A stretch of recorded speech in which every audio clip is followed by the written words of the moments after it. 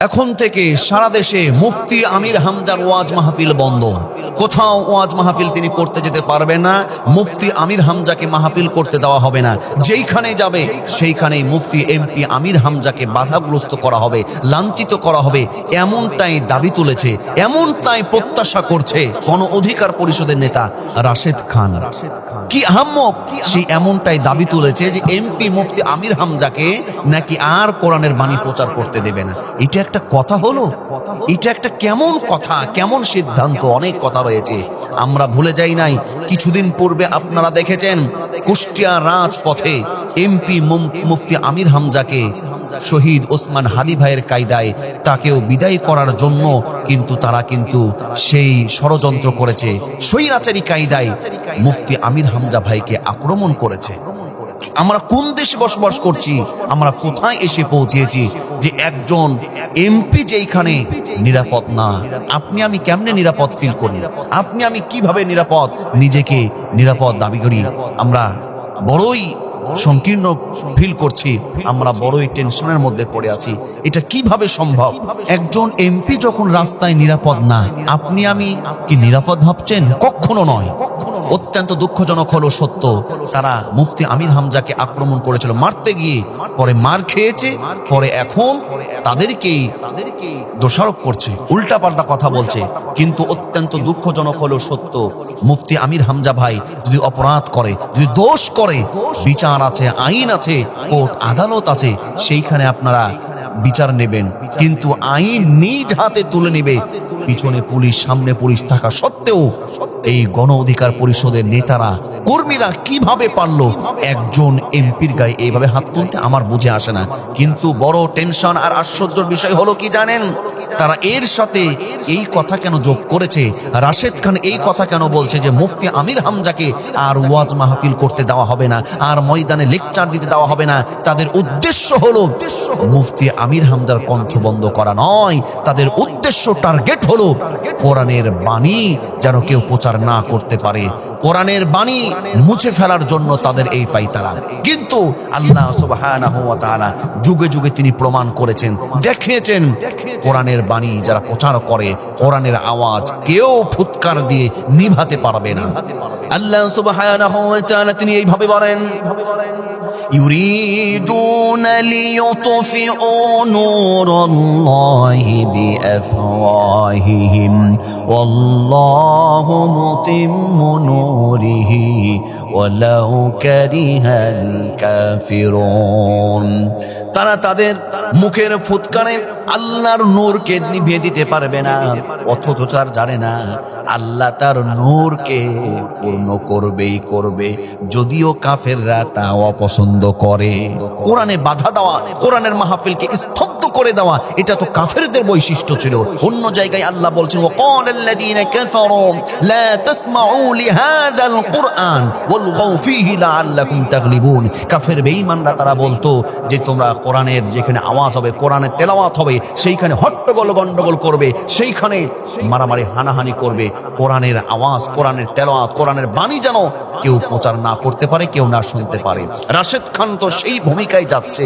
অত্যন্ত দুঃখজনক হলো সত্য, একজন মুসলমানের সন্তান তিনি এইভাবে নাস্তিকতার ভূমিকায় কিভাবে কথা বলতে পারে যে আমির হামজা যেইখানে যাবে সেইখানে তাকে অ্যাটাক করা হবে, সেইখানে তাকে ধরা হবে, ওয়াজ মাহফিল শেয়ার করতে পারবে না। অত্যন্ত দুঃখজনক হলো সত্য। আমি প্রশাসনের কাছে দাবি করব, একজন এমপির উপরে এইভাবে আঘাত হানে কিভাবে, এইভাবে আঘাত আক্রমণ করে কোন সাহসে? আর একজন কোরআনের বাণী যে প্রচার করে তাকে বাধা দিবে, তাদের ফুৎকারে কোরআনের বাণী বন্ধ হয়ে যাবে, কখনো সম্ভব নয়। যুগে যুগে কাফের বেঈমানরা এই কায়দায় গেছে, কিন্তু সবাই ব্যর্থ হয়েছে। মক্কার কাফের মুশরিক বেঈমানরা আল্লাহর রাসূল সাল্লাল্লাহু আলাইহি ওয়াসাল্লামকে, সাহাবীদেরকে কত বাধা দিয়েছেন, নির্যাতিত করেছেন, খুন করেছেন, গুম করেছেন, লাঞ্ছিত করেছেন, অপমানিত করেছেন, কিন্তু কোরআনের বাণী তারা কিন্তু প্রচার করা বন্ধ করে নাই। বরং এক পর্যায়ে অসংখ্য কাফের মুশরিক কোরআনের বাণীর মাধুর্যতায় তারা মুগ্ধ হয়ে তারা কিন্তু ইসলাম গ্রহণ করেছে। আল্লাহ সুবহানাহু ওয়া তাআলা মক্কায় যখন কাফের বেঈমানরা নির্যাতন শুরু করে, নবীর অসংখ্য সাহাবী, তার মধ্যে একজন অসহায় সাহাবী হযরত বেলাল রাদিয়াল্লাহু তাআলার উপর আক্রমণ আসে। বেলালকে নির্যাতন করে, তাকে উত্তপ্ত বালির উপরে চিৎ করে শুইয়ে দিয়ে তাকে ঝলসে দেয়, রক্তাক্ত করে। তারপরেও বেলাল ধৈর্য ধারণ করেছে। আহাদ আহাদ আল্লাহর স্লোগান গাওয়া তিনি বন্ধ করে নাই। এই বেলাল জীবনের বিনিময়ে তিনি টিকে থেকেছেন। এক পর্যায়ে এই বেলাল রাদিয়াল্লাহু তাআলা আনহুকে আল্লাহ পাক ইসলামের প্রথম মুয়াজ্জিন, যেই মসজিদে নববীর ইমাম হলেন রাসূলুল্লাহ সাল্লাল্লাহু আলাইহি ওয়াসাল্লাম, সেই মসজিদে নববীর ইসলামের প্রথম মুয়াজ্জিন বেলাল হয়ে গেছে। বলি সুবহানাল্লাহ। কোরআনের নূরকে কেউ ফুৎকার দিয়ে, ধমক দিয়ে, আঘাত দিয়ে বন্ধ করতে পারবে না। আপনারা লক্ষ্য করেছেন ফ্যাসিদ স্বৈরাচার 17 বছর কোরআনের পাখিদের, আলেমদের আওয়াজ বন্ধ করতে পারে নাই, ওয়াজ মাহফিল বাধা সৃষ্টি করতে পারে নাই। আর এই 2 দিনের নেতারা নাশেদ খান কিভাবে পারবে? অসম্ভব, অসম্ভব। তার কারণ যারা কোরআন প্রচার করে, যারা দ্বীন প্রচার করে, ইসলাম আল্লাহ রাসূলকে প্রচার করে, তাদের কথার চাইতে আর কার কথা শ্রেষ্ঠ হতে পারে? আল্লাহ সুবহানাহু ওয়া তাআলা তিনি এই কথাটা এইভাবেই কোরআনুল কারীমের তিনি বলছেন, ওমান আহসানু কওলাম মিম্মান দাআ ইলাল্লাহি ওয়া আমিলা সালিহান ওয়া ক্বালা ইন্নানী মিনাল মুসলিমিন। তার চেয়ে আর কার কথা অতি উত্তম হতে পারে যে আল্লাহর দিকে ডাকে, আল্লাহর দিকে আহ্বান করে এবং বলে নিশ্চয়ই আমি মুসলমানদের অন্তর্ভুক্ত। আল্লাহ সুবহানাহু ওয়া তাআলা নিশ্চয়ই মুসলমানদের সাথে আছেন। এই জন্য অযৌক্তিক কথাবার্তা বলে দেশকে অস্থিতিশীলের দিকে ঠেলে দেবেন না। আমি অনুরোধ করব, কোরআনের মাহফিল, ইসলামিক মাহফিলকে নিয়ে বাজে মন্তব্য করবেন না। কোনো এই রকম সাহস যারা করেছে, যুগে যুগে দেখেছি, বর্তমান আমরা বাংলাদেশেও দেখেছি, যারা ইসলাম কোরআনের বিপক্ষে অবস্থান করেছে, তাদের পরিণতি কিন্তু আসলেই খুব একটা মঙ্গল হয় না। ওয়াজ মাহফিল বাধা সৃষ্টি করতে পারে নাই। আর এই 2 দিনের নেতারা নাশেদ খান কিভাবে পারবে? অসম্ভব, অসম্ভব। তার কারণ যারা কোরআন প্রচার করে, যারা দ্বীন প্রচার করে, ইসলাম আল্লাহ রাসূলকে প্রচার করে, তাদের কথার চাইতে আর কার কথা শ্রেষ্ঠ হতে পারে? আল্লাহ সুবহানাহু ওয়া তাআলা তিনি এই কথাটা এইভাবেই কোরআনুল কারীমের তিনি বলছেন, ওমান আহসানু কওলাম মিম্মান দাআ ইলাল্লাহি ওয়া আমিলা সালিহান ওয়া ক্বালা ইন্নানী মিনাল মুসলিমিন। তার চেয়ে আর কার কথা অতি উত্তম হতে পারে যে আল্লাহর দিকে ডাকে, আল্লাহর দিকে আহ্বান করে এবং বলে নিশ্চয়ই আমি মুসলমানদের অন্তর্ভুক্ত। আল্লাহ সুবহানাহু ওয়া তাআলা নিশ্চয়ই মুসলমানদের সাথে আছেন। এই জন্য অযৌক্তিক কথাবার্তা বলে দেশকে অস্থিতিশীলের দিকে ঠেলে দেবেন না। আমি অনুরোধ করব, কোরআনের মাহফিল, ইসলামিক মাহফিলকে নিয়ে বাজে মন্তব্য করবেন না। কোনো এই রকম সাহস যারা করেছে, যুগে যুগে দেখেছি, বর্তমান আমরা বাংলাদেশেও দেখেছি, যারা ইসলাম কোরআনের বিপক্ষে অবস্থান করেছে, তাদের পরিণতি কিন্তু আসলেই খুব একটা মঙ্গল হয় না। এত পরিমাণ মেসেজ, এত পরিমাণ কমপ্লেন, এত পরিমাণ ভিডিও, আমাকে কি বলে জানেন? উনি হাওয়া খায়, উনি এসি রুমে, উনি তো এখানে থাকেন, উনি ধানমন্ডি থাকে, আশ্চর্য হয় আমি কাজ করতেছি। কোন নেতার, দাঁড়ান, কোন নেতার, বিএনপি বুঝি না, জামাত বুঝি না, আপনার নেতার তদবির আপনি আপনার এই মানুষের বোকান দিয়ে সৃষ্টি করবেন, এটা করতে পারেন না। না, আপনার বক্তব্য তদবির করেন, কেউ করবেন, কোনো বক্তব্য শুনবেন না। আমরা যে আগেরও যে অবস্থা দেখছি, ঠিক এখনই একই অবস্থা। ডিসি সাহেব বলছেন আমি এই পর্যন্ত আমার পরিসংখ্যান হচ্ছে আমি 10 জনকে ধরে নিয়ে আসছি। কিছু জায়গা, এটা বলি, কিছু জায়গা আর কি, সেখানে জনগণের এত যে কষ্ট, না শোনেন, জনগণের কষ্টের সীমানাটা কোথায়? আমার বক্তব্যে যে কিছু জায়গায় যে বললেন আমি 1 সপ্তাহ ধরে এখান থেকে অভিযান চালাবো, কিভাবে বসে ওখানে 2 মাথা দাঁড়ায় থাকবো আমি? আজকে দায়িত্ব হচ্ছে, আজকে 2 দিন অন্য কোনো ডিউটি নাই, সারাদিন এখানে ডিউটি 2 মাথা। ইয়ার বা কোন বাপের ছেলে দাঁড়ায়? আমি শেষ করি না রে ভাই, আপনাদের অনেক অভিজ্ঞতা আছে, কিন্তু এই জায়গায় কি হচ্ছে আমি বুঝতেছি না। এত পরিমাণ মেসেজ, এত পরিমাণ কমপ্লেন, এত পরিমাণ ভিডিও, আমাকে কি বলে জানেন? উনি হাওয়া খায়, উনি এসি রুমে, উনি তো এখানে থাকেন, উনি ধানমন্ডি থাকে, আশ্চর্য হয় আমি কাজ করতেছি। আমাকে অ্যাড করার দরকার নেই, আমি বলি আপনাদের অভিজ্ঞতার আলোকে কথা বলবেন। আমার কথা হচ্ছে এর পরে বিকল্প কি আছে সে কথা বলছি আমি।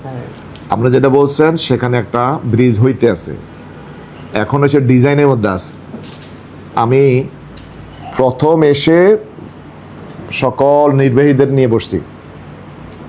আমি বলছি যদি আমার এই 5 বছর যদি একটা ব্রিজ করি আমি, তাহলে হাজিনগর এই ব্রিজটা হবে। স্যার ইন্টারভিউতে শুরু করছে তো, স্যার এই পর্যায়ে আসি। কোথায় আসো তোমরা?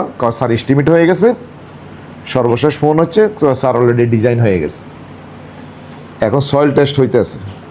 আমার বক্তব্য হচ্ছে জনগণ তো ধৈর্যহারা, আমাদের তো প্রবলেম আছে, আমরা একটু সময় দিচ্ছি না। একটা ব্রিজ কি বা একদিনের মধ্যে হয়ে যায়, এক সপ্তাহ হয়ে যায়, 1 মাস হয়ে যায়। তো এখন বিষয়টা হচ্ছে যেটুকু আছে, আমার বক্তব্য হচ্ছে জনগণের কষ্ট হচ্ছে এখানে, এটাকে যদি আপনারা রিকভারি করতে পারেন দাঁড়াই থেকে, অন্য জায়গায় কিন্তু আপনার 10 জন লোক কাজ করতেছে, এখানে 2 জন দিয়ে এই জায়গাটা একটু রিকভারি কর, 2 দিন ডিউটি কর, তাহলে জনগণ দেখবে দৃশ্যমান এখন এখন ভূমিকা রাখতেছে।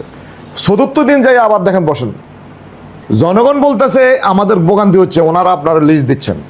সালাম সাহেবরে একাধিকবার বলছি, এখন জনগণকে নিয়ে সালাম সাহেব ধরবো। এটা কিন্তু ইশাক সাহেবও বলছে, ইশাক সাহেবের মাথায় আমি ঢুকাইছি, ওনাদেরও বলছে একই কথা। ওরিয়নের যে ডিভাইডার এত বড়, এটা তো আগের মিটিংও আমি বলছি, ডিভাইডার ছোট করে নিয়ে আসে যাত্রাবাড়ি চৌরাস্তা এখন পর্যন্ত কেন ভাঙাচোরা? এটা আমার বলো, কেন ভাঙাচোরা ওরিয়নের জন্য? উত্তর পাশ এবং দক্ষিণ পাশ এই জায়গাটা 100% পরিচ্ছন্ন করতে হবে। গত রাতের ঘটনা, আমি বঙ্গভবন থেকে বের হয়ে ইমার্জেন্সি আমি অফিসে যাব, 9:30টায় মিটিং, আমি আর যাইতে পারছি না। ফ্লাইওভার থেকে নামার পরে এটার সাথে সাথে হওয়ার কারণে কথা বলে ফেলতেছে, সেটা হচ্ছে উত্তর পাশ। ওই যে মসজিদের কথা বলছেন, কে বলছেন? ওই মসজিদের পাশ দিয়ে সব গাড়ি উল্টে আসতেছে, আমি আর যাচ্ছি না, যাইতে পারতেছি না। এখন এটার জন্য শুধুমাত্র বক্তব্য দিয়ে নয়, প্র্যাকটিক্যাল কি এবং কোন অথরিটির সাথে বসতে হবে, কি করতে হবে, এটা আপনার যদি সেখানে লোক থাকে, যদি আমার মনে হয় সেখানে যদি ট্রাফিক থাকে, তাহলে কেন উল্টে আসবে গাড়ি? যত জ্যামে থাকুক, এটার কারণ খুঁজে বের করতে হবে, শুধুমাত্র বক্তব্য দিয়ে হবে না। এখন জনগণের ভোগান্তি কি কারণে, এই নোটটা আপনারা নেবেন। এই চ্যাপ্টার 49 এবং 50 নম্বর ওয়ার্ড হওয়ার কারণে এই টোটাল বিষয়গুলো আমরা কথা বললাম। এই নামে তো লোক এখানে নিয়মিত চাঁদা তোলে, এবং আমাকে যিনি ভুক্তভোগী সে উঠে অলরেডি দিছে। তারপরে হচ্ছে আপনাকে আমি ভিডিও দিয়েছি ঢাকা সিটি কর্পোরেশনের নামে, হ্যাঁ, আব্দুর রহিম ছবি সহ আমি দিছি, এবং সে বলতেছে আমার নাম ব্যবহার করতেছে অন্যদিকে তাকাইয়া। আচ্ছা, এটা না যত পয়েন্ট দিছি শুনেন 3 জন ব্যক্তিকে মেনশন করি, আপনি 1 নাম্বার, আর এই যে 2 জন 3 জন ওসি, যেই কপি আপনি মনে করবেন সেই কপি ওসিরাও পাচ্ছে। আপনার নামে